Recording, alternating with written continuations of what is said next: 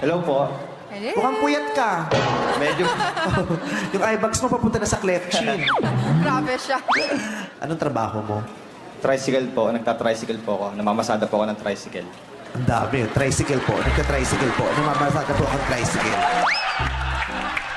Anong kinalaman ng trabaho mo sa tricycle, pagta-tricycle, at pagpapasada ng tricycle sa polo mo na hindi mo binubutones ng buo? Mainit po kasi pagka naka-bitones lahat. Bakit kailangan ang nakabutones yung taas at hindi yung baba? Para po cool. Para cool.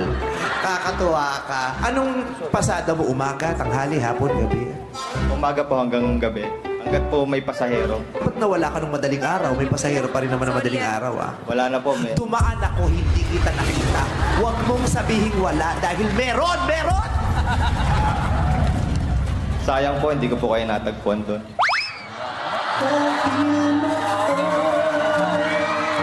Lumalaban. Kung sakasakaling matatagpuan mo ko sa kalsada at isasakay mo ko sa tricycle mo, saan mo ko dadalhin?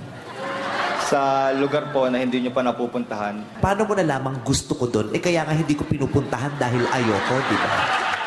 para po, pag nakapunta na po kayo, magustuhan nyo na. Wow! Ito ah.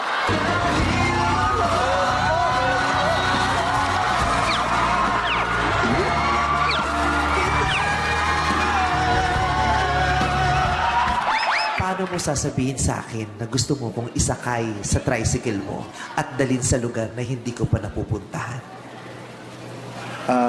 Magandang gabi po, ma'am. This oras na po ng gabi, naglalakad pa po kayo sa gitna ng kalsada. Nasa Baka- gilid ako. Bakit tanga ba ako para maglakad sa gitna? Sa gilid ako naglalakad, sa gutter. Ulit po, from the top. From the top, sabi niya. Ulitin ko po. From the top. Okay, from the top. Magandang gabi po, ma'am.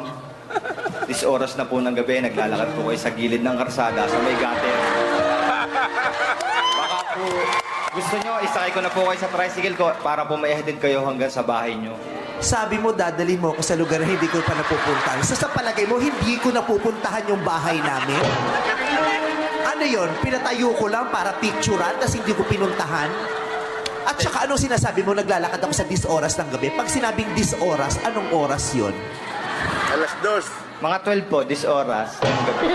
Pag 10 oras, 10 o'clock yon. Kasi nga, 10 oras talaga yon. Wale, i-edit nyo yun. From the top.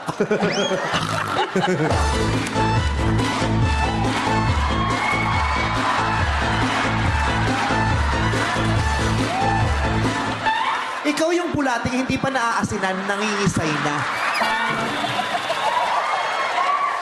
Ganun po talaga yung step ko dun. Pero gusto ko yung galaw mo. Salamat po. Nung gumalaw ka, parang may naramdaman akong kakaiba para sa... Meron ka na bang special sa buhay? Meron na po. Ang kapal ng mukha mong paasahin ako. Para sa bandang huli, sasabihin mo sa akin merong nagmamay-ari sa'yo. Ano ko? Kabet?